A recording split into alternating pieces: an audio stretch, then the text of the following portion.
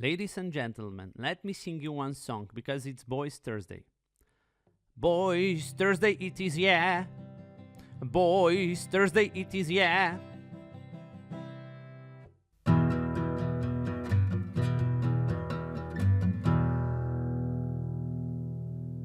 Hi everyone, today I'm going to show you one of Carlsen's game when he was only 13 years old against Grandmaster Sergei Dolmatov.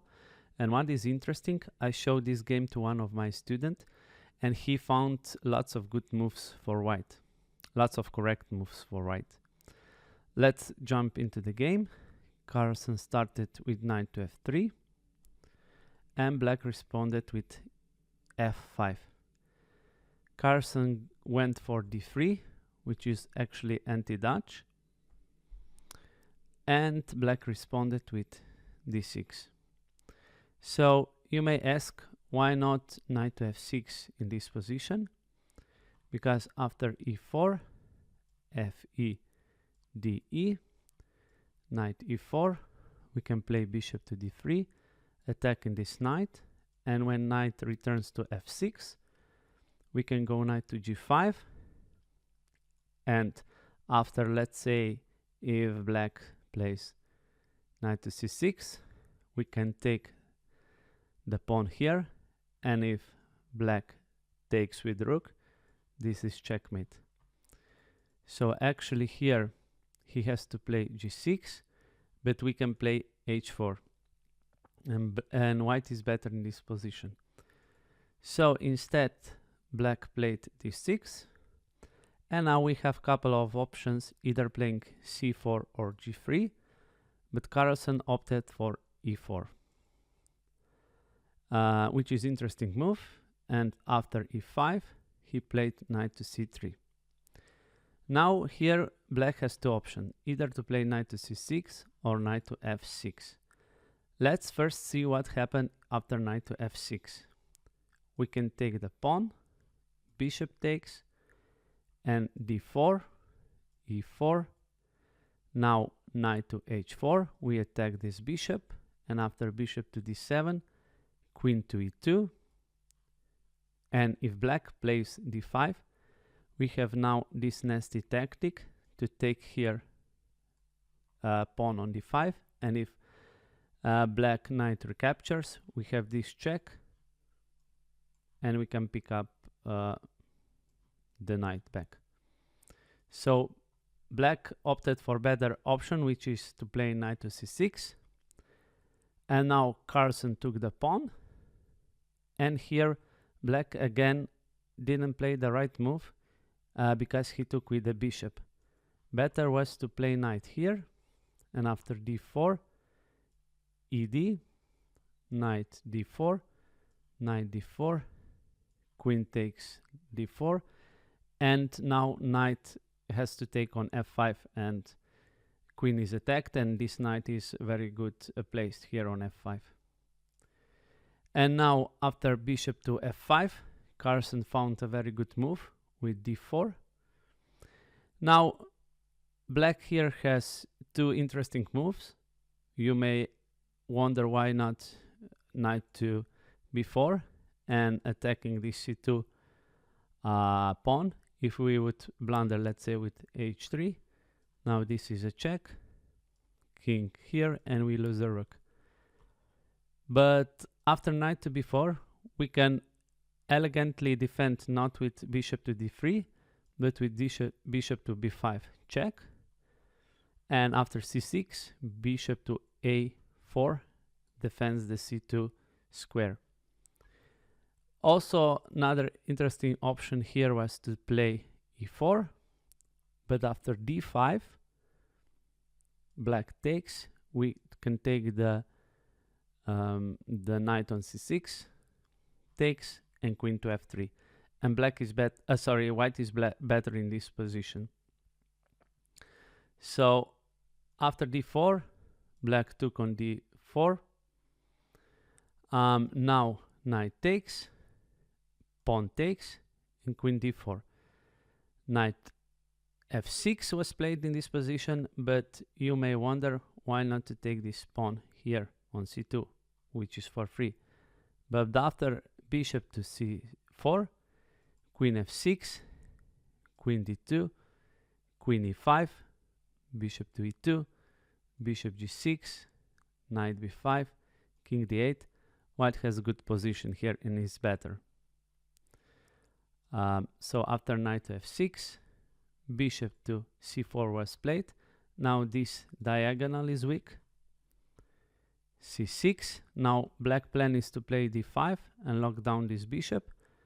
But Carlsen found really nice move here to play bishop to g5. And black played b5.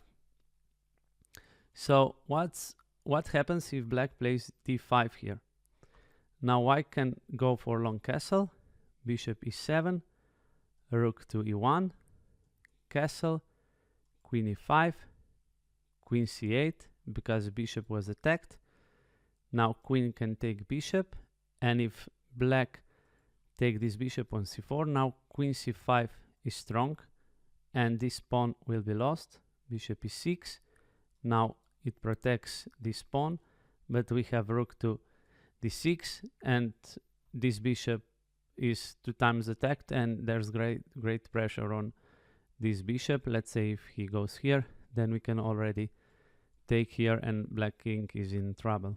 So b5 was better move, bishop to b3, and now first and actually final mistake for black, bishop to e7. Better here was to play h6, queen e3 check, king d7, and so on. But after this bishop to e7, white castled long, queen d7, rook h to e1, and now as you can see, black is in trouble. Actually his king is in big trouble. Black can't castle because of this bishop, and if he castle long, then this is a problem. This a4 move, a6, and now queen enters.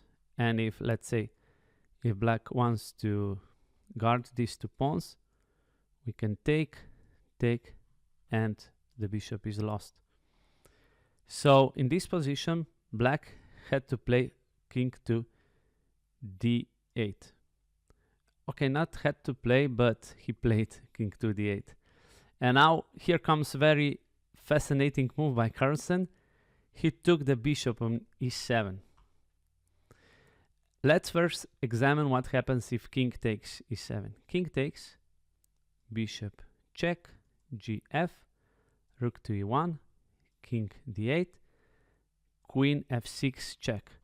Now if black goes here, then rook to e7 is crushing, but if he goes to c8, now we take this rook, and white is better, much better, actually winning. So in this position he has to take with the queen, but now another great move, not taking this free pawn here, but much better, queen to f4. And now rook is coming to this pawn, and also bishop is attacked. Bishop to d7, and another great move, not taking here, but knight to e4 first. And now black is in horrible pin, so he played d5. Now knight takes f6. Of course, if black takes here, then queen is lost, right? So after knight to f6, black played h6, and now bishop h4, g5, and it looks like that black is still in the game because he will regain 1 piece. But after g5, Carlsen found another great move by playing queen to d4. And let's say if now black takes this bishop, then there's a nasty move, knight take d5. Queen is attacked, so if he takes, then rook is lost. So after queen d4, best defense was actually rook to f8 to get out of this pin. But now again we can take here, cd, queen d5, this rook on a8 is attacked, and rook to c8, and now we can play bishop to g3. And as you can see in this position, white is winning. He has strong pressure, he has bishop pair, this strong and pressure in the center, and this king is in much trouble. So guys, thanks for watching. Please like, share and subscribe, and I'll see you in next video. Bye.